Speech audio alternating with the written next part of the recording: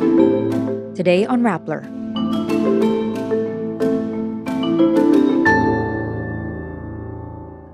DepEd officials involved in the messy laptop deal resign.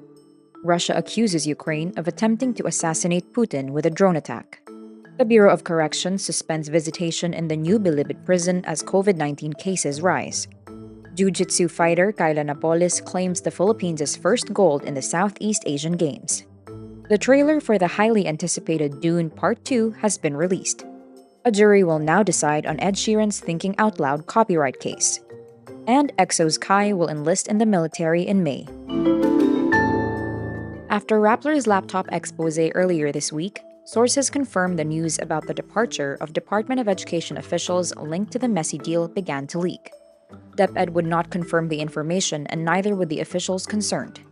Two reliable sources tell Rappler that Education Undersecretary for Administration Chris Ablan resigns from his post, along with Assistant Secretary Christopher Lawrence Arnujo. Ablan was the addressee of the letter of Transpac, the logistics firm contracted by DepEd that demanded the agency settle its unpaid fees that ballooned to 34.5 million pesos. A source says the reason why laptops ended up being sold in the market was due to, quote, inability and seeming lack of interest of DepEd's contract management and accounting division. The source adds Ablan and Arnuco did not give enough guidance to the necessary divisions. Visit Rappler.com for the full story. Russia accuses Ukraine of attacking the Kremlin with drones overnight in a failed bid to kill President Vladimir Putin. Ukraine President Volodymyr Zelensky denies Ukrainian involvement in the incident. The Kremlin says 2 drones were used in the alleged attack on Putin's residence in the walled Kremlin citadel, but was disabled by electronic defenses. It says Russia reserves the right to retaliate, a comment that suggests Moscow might use the alleged incident to justify an escalation in its war with Ukraine. The RIA news agency says Putin was not in the Kremlin at the time and was working at his Novo-Ogaryovo residence outside Moscow. Bureau of Corrections Director General Gregorio Catapang Jr. suspends visits by family members at the new Bilibid Prison in Muntinlupa City and in the Correctional Institution for Women in Mandaluyong City. Data provided by BuCor Health Services Director Dr. Maria Cecilia Villanueva shows 32 individuals out of 407 tested on May 2 yielded positive results. In tests conducted on Wednesday, 16 out of 174 also tested positive for COVID-19. In total, 48 have tested positive for the virus. The BuCor adds most of the cases came from Bilibid's maximum compound, which houses 18,000 persons deprived of liberty. For the PDL's relatives who might have concerns, the BuCor advised them to contact Bilibid's Inmate Visitation Service Unit.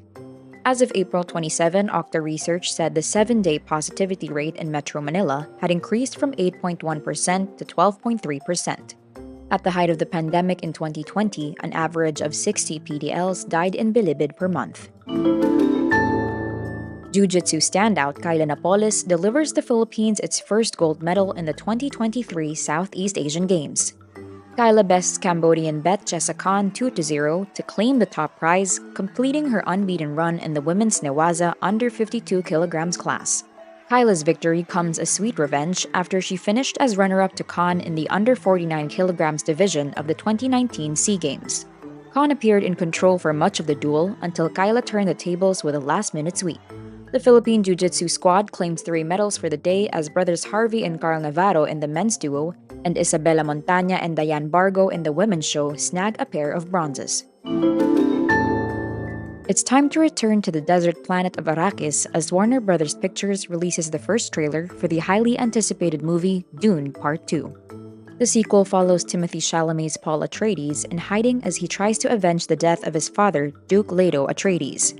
The clip also shows the sequel's new cast members, including Austin Butler, Florence Pugh, Christopher Walken, and Léa Seydoux. Based on Frank Herbert's sci-fi novel of the same title, Dune follows Paul Atreides, the royal heir to the noble house Atreides, and his journey in leaving his homeworld for the endangered planet Arrakis. The first film received critical acclaim amid the pandemic, bagging 6 Oscar awards and grossing nearly $400 million worldwide. Dune Part 2 will premiere in Philippine cinemas on November 1. A jury will now decide whether British singer-songwriter Ed Sheeran ripped off Marvin Gaye's hit Let's Get It On after hearing closing arguments in a week-long copyright trial. Sheeran's lawyer tells jurors that similarities in the chord progressions and rhythms of Gaye's song and Sheeran's hit Thinking Out Loud are, quote, the basic musical building blocks that songwriters must be free to use, or all of us who love music will be poorer for it. The lawyer for the heirs of Gaye's co-writer, Ed Townsend, says her clients were not claiming to own basic musical elements, but rather, quote, the way the common elements were uniquely combined. The jurors were sent home shortly after closing arguments and will return on the morning of Thursday, May 4, to deliberate. Sheeran is also facing claims over Thinking Out Loud in the same court from a company owned by investment banker David Pullman that holds copyright interests in the Gaye song. Kai of K-pop boy group EXO will be starting his military service on May 11.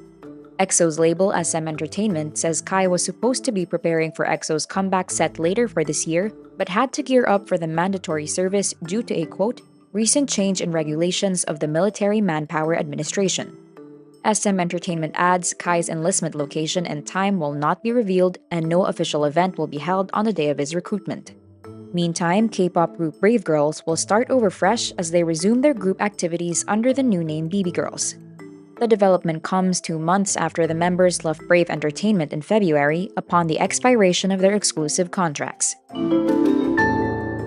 And that's today's wrap. I'm Nina Yu. Thank you for watching. Click the link below for the full story. Follow us on Rappler's YouTube, Facebook, Twitter, Instagram, and TikTok.